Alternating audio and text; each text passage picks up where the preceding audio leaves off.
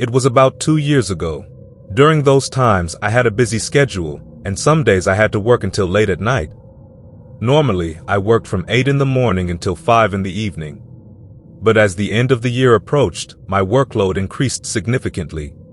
I was working in the accounting department of a company, and due to the increased workload at the year-end accounting tasks, it was the same in our company. Therefore, I had to work until much later hours than usual. During that busy period, my family insisted that we should gather as a family one weekday. The reason was that it was supposed to be a dinner to meet my sister's boyfriend's family. Of course, there was no need for insistence.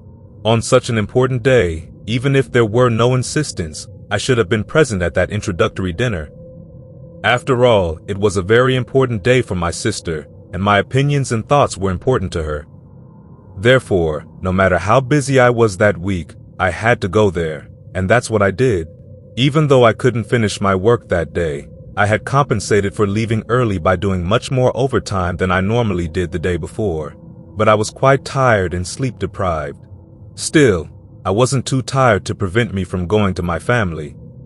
I lived in the city center while my family lived in the countryside, about 3 hours away from the city.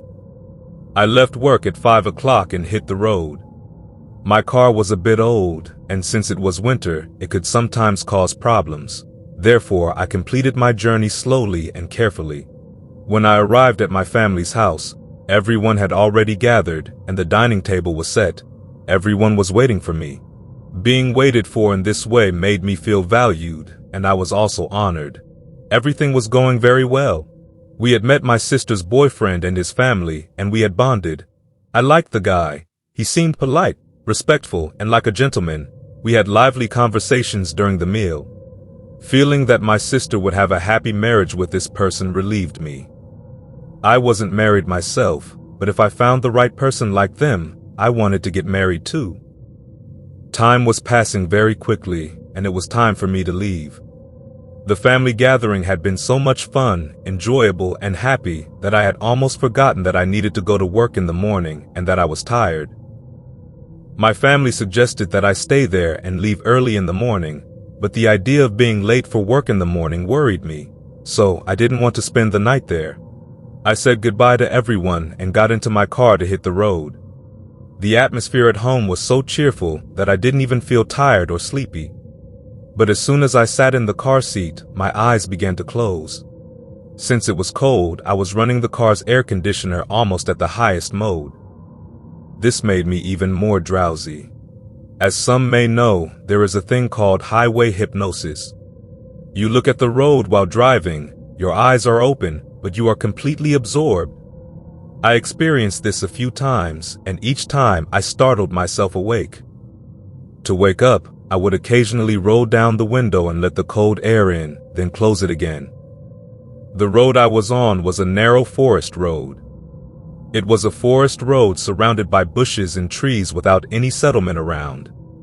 My body was tired, and my eyes were too weak to resist sleep that much. I wanted to take a break and rest somewhere if possible. But it wasn't really possible because there was no settlement or rest area along the road.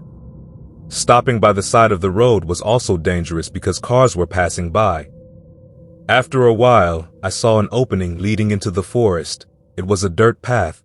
At first, I hesitated because sometimes these dirt roads could have puddles due to rain.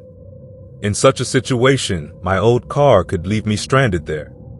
But when I looked before entering that road, there was no sign of wetness on the dirt road.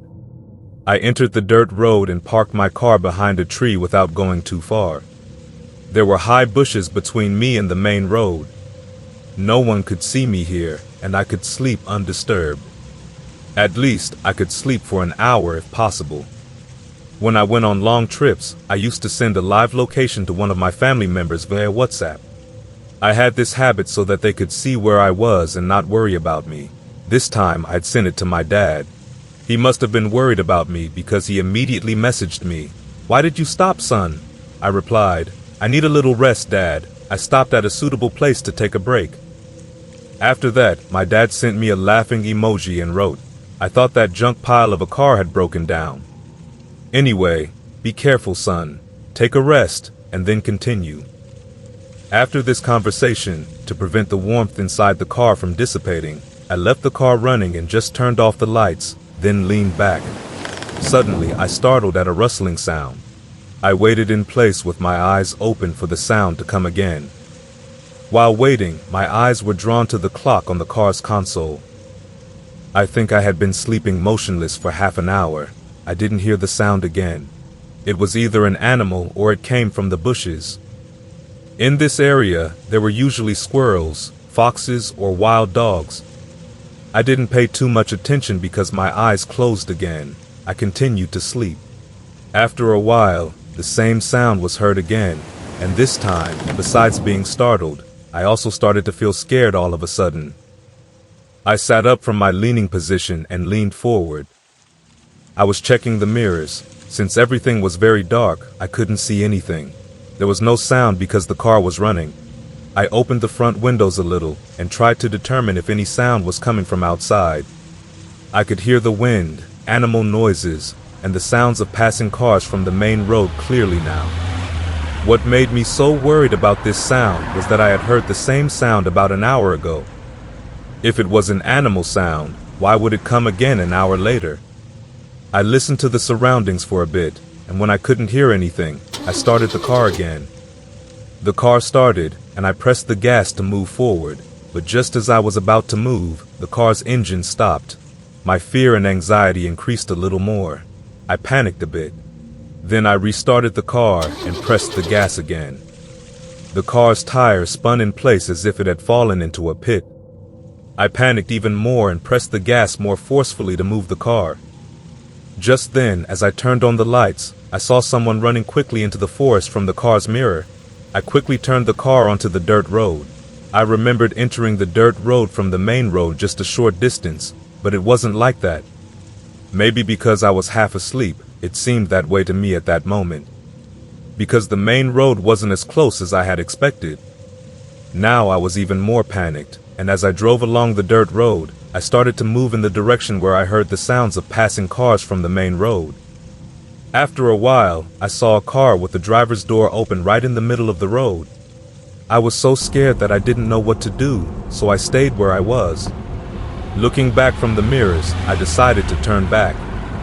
I reversed and maneuvered to a space where I could turn around, but just then, I noticed a man running towards me from where the other car was. I thought he could be a highway robber. I quickly hit the gas and started to flee from there.